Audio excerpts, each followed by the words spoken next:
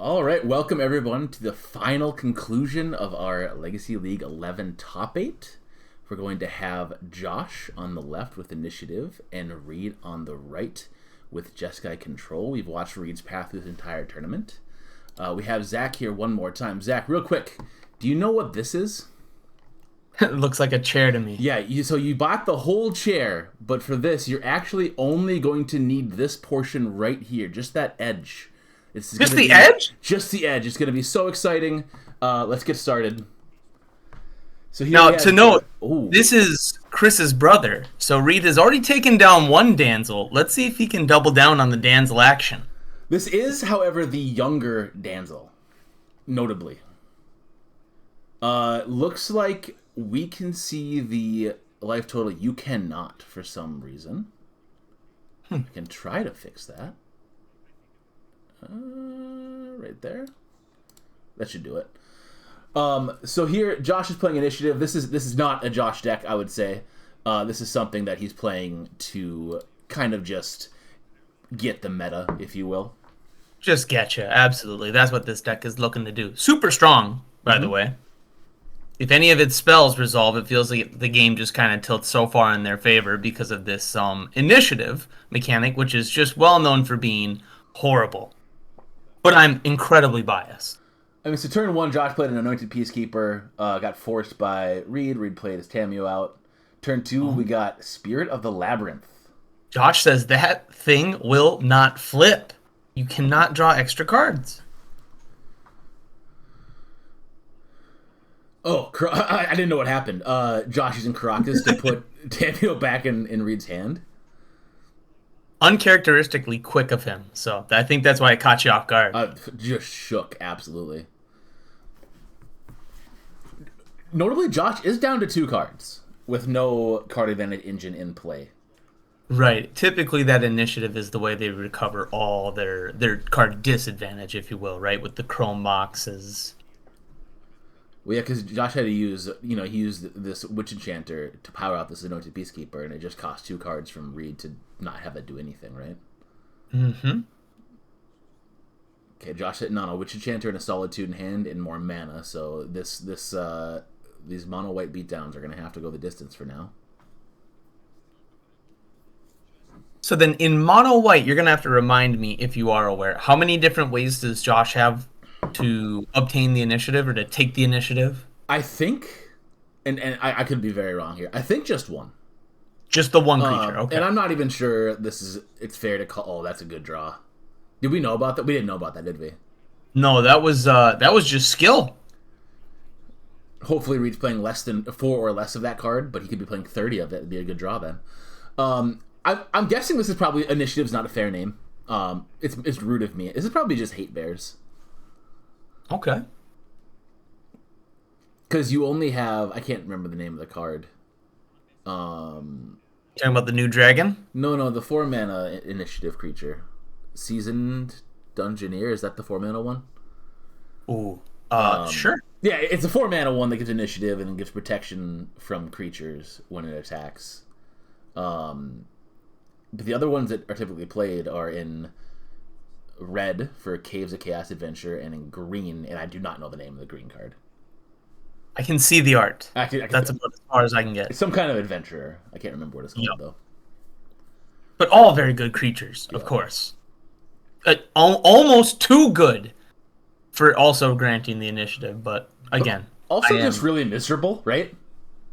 It's a special kind of fun, and I'm glad that people who enjoy it. More power to them. Take that initiative, put more permanence on the board that I need to keep track of with my tiny brain. Do we need to be this inclusive? Can we just say that people who play initiative are not welcome to play with us? No, that's incredible. Oh, my fault. Okay. We welcome all sorts of fun. Quotations around. Reed's deck just looks really cool to me. I'm excited about this. But I think what Josh is doing should be really good against it. This draw has not panned out, though. He's just looking for that way to start getting back the initiative to accrue advantage. This St. Catherine is going to be very tough, I assume. Well, he has a Solitude in hand. Yes. But Reed has, 30 cards in hand, so he's going to have to find a way to get the Solitude to resolve. Yeah, I assume he's just going to say have to cast be it put in here. a point where, yep, he just says, you have to have it or else I'm going to lose anyway. He does have it. Reed says, I will actually just try to win the game here. How about that? Off the top, Danzel says, how about another land? I might have missed it. We might have had Reed cheating. Did he play the Scalding Tarn last turn? He did. Oh, no. Should be entered tapped, right? Am I crazy? I think that's what it says. I'm pretty sure. Okay, I just figured I was wrong. Let's consult Scryfall. Archon of... Archon of what? Ameria? All I can hear is cruelty, and I know that ain't it. That's the one Non-basic that... lands, your opponents enter the battlefield tapped. Reed is confirmed a cheater. We will have a huge asterisk on this if he wins. I think we just give him half of a championship playmat, actually. We're going to do belts, I think. But not like big, like WWE belts. They're going to be like, polite business belts. I was so ready for the bling. I would wear that daily. All right, brainstorm end of turn.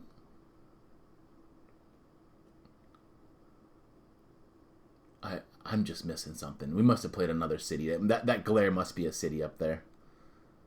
On how he casts his Witch Enchanter. He did draw second city, yes. Okay. Yep. That's when I mentioned second land. This one comes into play tap no matter what, so skillfully played around that. And Reed says, do I want to draw more non-creatures? I think so. Right? Why not? Like, we're just... until he answers this triumph. Yep. If I'm Reed, what am I afraid of, right? I could see a world where maybe you're trying to find a spell that protects your triumph. Yeah. Right? So we don't get got by like a solitude or Dancel's just notably drawing another city. He does like mana. That's true. He can cast all of his spells, all dressed up. Oh, Triumph looking really good here. Imagine this game if he doesn't draw Triumph. Yeah, Josh has infinite time. Okay, that's a solitude. And I don't think Reed has an answer. But take note, he is at 4 life. Oh, Cavernous Souls, okay. So it looks like he's going for perfect for Cavern 0 life. Elemental. Yeah. Not tapping that Ancient Tomb. Okay, Reed displaying to Josh that he has a Snapcaster Mage by checking his graveyard there. He says, I'm going to Snapcaster, get rid of this guy, get him out of here. Swords it. Kapow. I feel like some people stopped playing Snapcaster Mage, and then everyone just followed suit of the 5-0s. I think that happens a lot. I don't think Snapcaster Mage is bad at all. I believe as Magic has gone on, they've just aggressively costed these spells to be so low, and naturally that just makes Snapcaster Mage so much better. So I agree with you. Well, because for the last, 5 years, I would say that he's seen a minimal amount of play. Mm-hmm. 18 lands from Danzel, not going to be enough here. He did find every one in the deck, it turns out. Okay, in game 2, Reed's looking at a Stony Silence. I wouldn't bring that in, but it does have interaction in this matchup. Let's see if it pays off. Okay, and he says, I'm going to keep this. All right. So then what are all our targets for Stony Silence? Does he think that Josh has the One Ring in his deck as well? Do you think that's where his mind's at, maybe? Maybe. I think the only thing that we're going to see here are Chrome Moxes and Lotus Petals. Those would be the front runners for me. Yeah. And typically turn 2 is going to be a little too slow for that, right? Yep. Good start from Josh, though. Let's see if we can... Oh, Josh, you gotta police him. Okay, yeah. So definitely these lands should be coming into play tap. And that's okay. I mean, can't change it now. It's in the past, but let's see if it becomes... So, this is... What do I call this card? Anointed Peacekeeper? Mm-hmm. Josh is currently reading it to read, but... I don't know. I must not know how to spell this.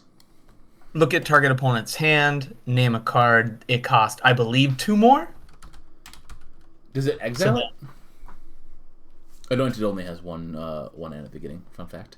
Enters the battlefield, look at your opponent's hand, choose any card name, spells your opponent's cast with that name, cost 2 more to cast, and activated abilities of chosen or the sorcerers with the chosen name cost 2 more to activate.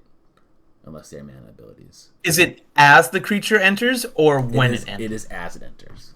Okay, that's what I thought. So maybe that's what Reed was debating is, do I want a Swords to Plowshare it? And then Josh simply told him, you cannot. Yeah, that's not going to be a thing. So Okay, that tells me he names swords, right? Like 100%. I'm assuming we're going to see a ponder here to find that next land. Okay, so thankfully the untapped white mana not relevant last turn.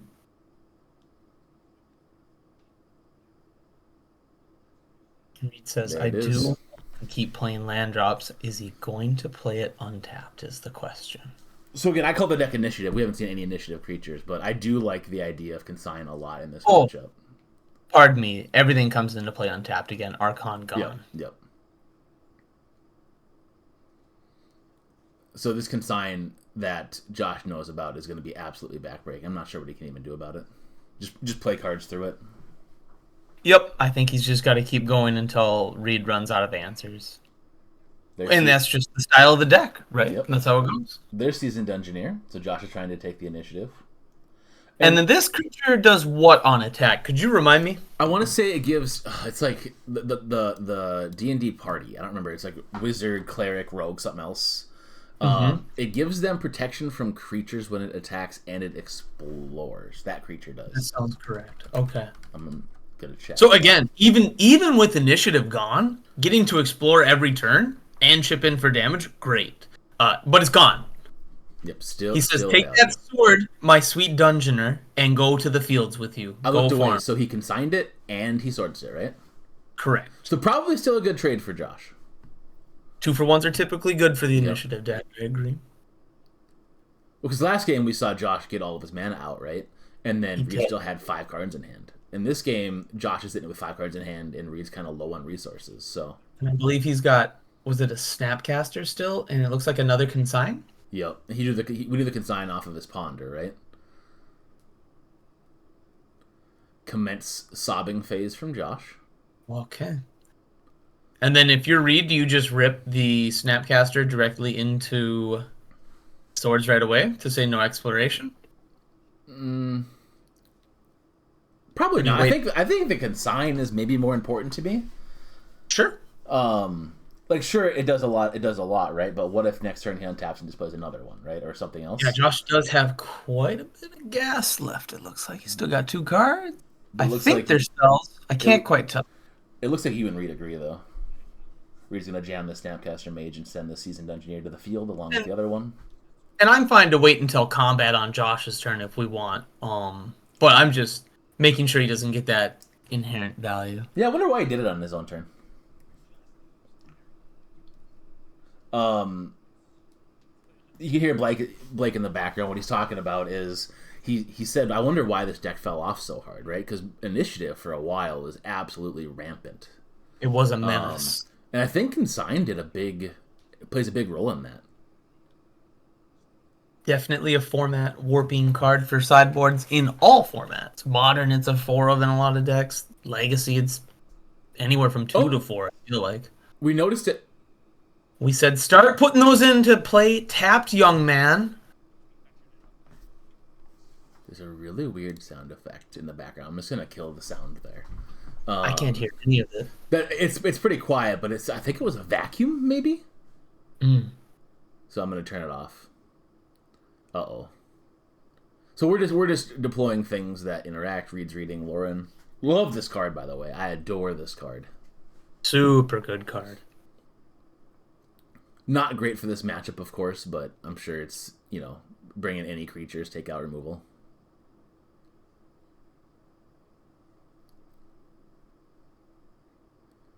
It looks like the life counter has slid off. Is this 14 to 25? Is that or 23 maybe? I think so, yeah. I can see no more than you can, unfortunately.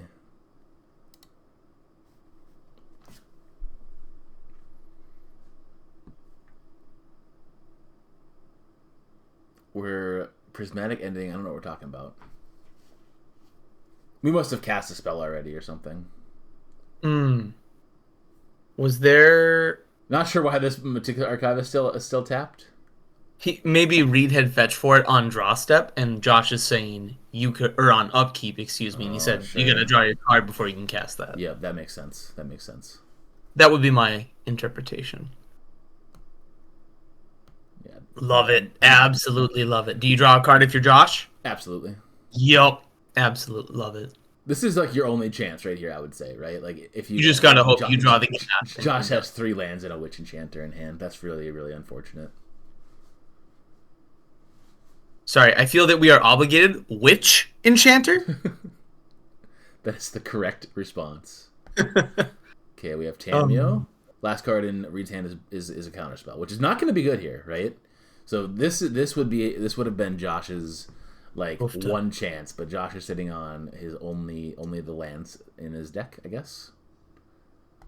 This is going to be one heck of an Entreat the Angels. I'd be thrilled. I mean, Josh Danzel has cast that card many a time. Against me, in fact. That's true. Take me back to This deck used to play the flip land. I cannot remember the name of it. The XX. Oh, with something Emeria?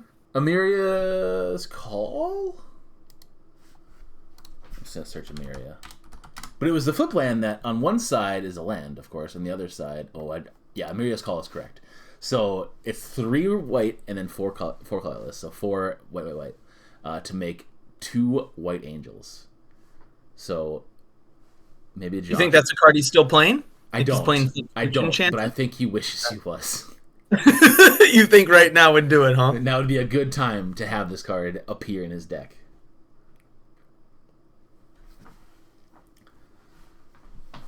Or maybe a 4th with his Lotus Petal. I would be okay with that. And he is just mono white, right? No red-white initiative. As far as I can tell, I don't have his deck list. I only have. I feel we would have seen some sort of a red source by now. Or he'd be much more upset that he'd be missing a second color this entire time. So Reed's just got to look for a way to close the game out, right? This Tamio is going to apply a card advantage. Is going to slow down this Witch Enchanter a lot. He's almost certain that Josh has nothing but duds in hand as well, right? He has Cavern of Souls and has elected not to cast the spell. I'm sure this Cavern is on human, right? Because I think Witch Enchanter is a human.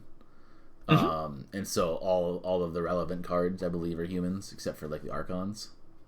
So Reed's just got to look for a way to close this game out. He's got a Magus of the Moon in play. We've seen Reed in this tournament have this in hand quite a bit. And every time I'm like, this looks terrible, but like here it's going to look great against this Caracas, I guess. Good against the Caracas, good against the Cavern of Souls. Do you think Reed's playing Flame of Anor? You do love that card. I love the color combo. I love the idea of the card. I want people to grow up and play Kolaghan's Command for their clean 2-for-1 all the time. No extra steps. No need to have a wizard in play. Just get your 2-for-1 for 3 mana and move on with life. Well, I think the community's been listening to you about K-Command. I'm seeing a lot of K-Command in these Eldrazi decks. Oh, just one of my absolute favorite cards. Take me back to when Snapcaster K-Command was the way to go. That was we should probably clarify. Because in this day and age, when you say K-Command, people don't necessarily think about Dragonlord Kolaghan's Command. Right? They're thinking of... sad. That's all right. We'll just age ourselves appropriately. Okay, so this is the first time the match. Initiative has been claimed. Beautiful. We got ourselves a game. Maybe. Reed's looking at Lorien reveal. It's late, though. It's late in the game. Reed has a lot of resources. But no creatures. You need creatures to take it back. Well, he has 4th in his deck. He has bought back a Swords. With his Tamio. And notably, those creatures must deal damage, correct? So Tamio not going to steal back the initiative. No. Yeah, they have to deal damage. We do have a Magus in hand. True. Is it a Magus and a Snapcaster? Is that what I'm seeing? Lord. Mr. Danzel cannot have... I do love this deck. Maybe just 2 counter spells. Okay, Lorien for another island, I assume. That should have cost 1 blue mana to do. Okay, Josh is scrying. Is it scry 1 or scry 2? He did grab 2 cards, so I assume 2. He has a good draw here. Reed has what in hand again? I think it's 2 counter spells. He has retro foils, so I think it's counterspell, maybe counterspell snapcaster. It's counterspell. Okay. Reed did not like that I chose the SpongeBob counterspell as the thumbnail. I love it. That SpongeBob Secret Lair is the only one that will ever steal my heart. Him being sad about it is the exact reason I chose to do it. So I feel that is the intended purpose. We did it, you know? Oh, that's a good draw. I did not see it. What did we find? Drew of Swords. Oh. Reed has played very well this tournament. And I will say, watching him play over the last however many years, he is playing very quickly compared to how he used to play. But those draws have been absolutely massive. He drew a Wrath of the Skies against David, and he drew the Triumph Game 1 here, and then he drew this Swords here. These are just really, really timely draws. Lets him take that initiative and kind of close the door even faster, right? Because the initiative itself puts creatures into play. It scries. You can draw cards. You can put a big old spooky skeleton into play. Well, you kind of just have to do nothing except for, like, if you can stop Josh from ever hitting him again. And pretty good. Yeah, all these Cavernous Souls are turned off from this Magus. And Josh, I think, only has 1 more Seasoned Dungeoneer in his deck, right? He's played 3 this game? Is that correct? It's at least 2. I believe you it's 3. Well, because I think the first one was both Consigned and Swords. And the other one was just Consigned. The second was just Consigned, and then on his turn he snapped Swords. And then this one he resolved. Josh says, here you go, pal. I got the token for you. I brought him for me, but I'll share him with you. And Josh says, you know what I could use right now? Some more real estate. Josh gotta need a brainstorm. Oh, and that right there looks like the end of the game. I'm gonna put it in my brain that Josh is not gonna concede to this. Reed drew a 4th. Let's see how many humans he's gonna make. Enough to leave up counterspell.